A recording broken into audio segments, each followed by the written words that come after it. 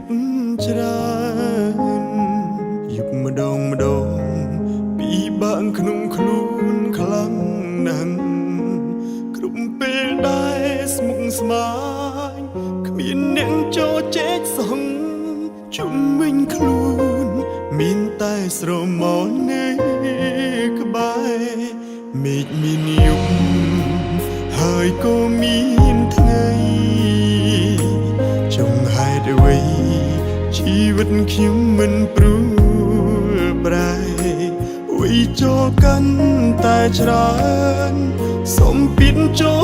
ហើយទ្រាំបានទេពេលនេះខ្ញុំហត់ខ្លាំងណាស់ចង់ត្រឡប់ទៅជាក្មេងហើយមិនចង់ធំចង់រស់នៅជួបជុំបងប្អូនគ្រួសារគ្មានរឿងឲ្យគិតច្រើនគ្មានរឿងឲ្យឈឺក្បាលតែមិនអាចតវ៉ាធ្វើយ៉ាងណាទើបអាចឆ្លងផុត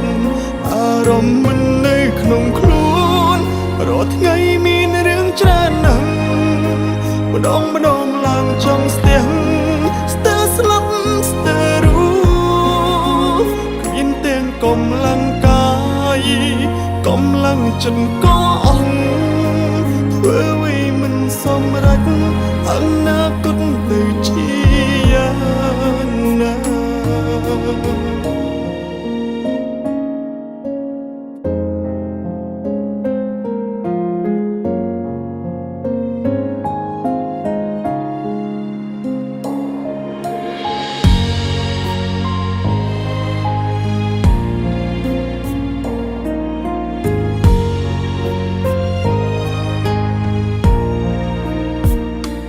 មេឃមានយប់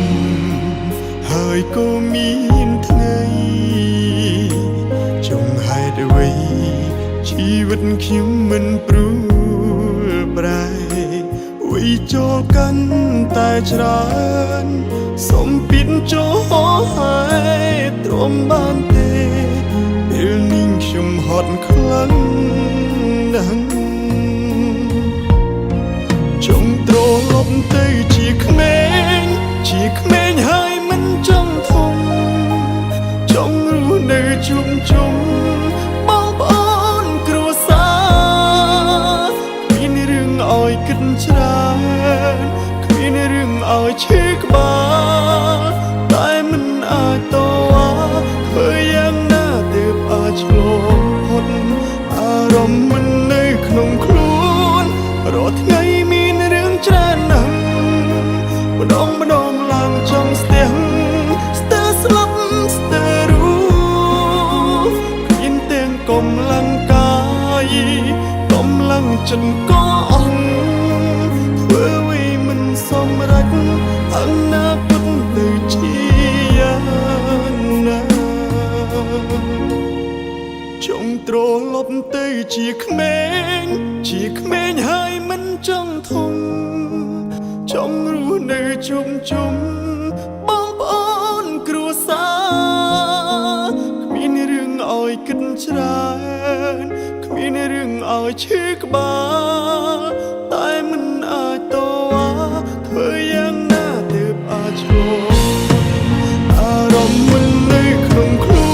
នរាល់ថ្ងៃមានរឿងច្រើនណាស់ម្ដងឡើងចង់ស្ទះស្ទើរស្លាប់ស្ទើររស់គ្មានទាំងកម្លាំងកាយកម្លាំងចិត្តក៏អស់ធ្វើអ្វីមិនសម្រេចអនាគតទៅជាយ៉ាងណា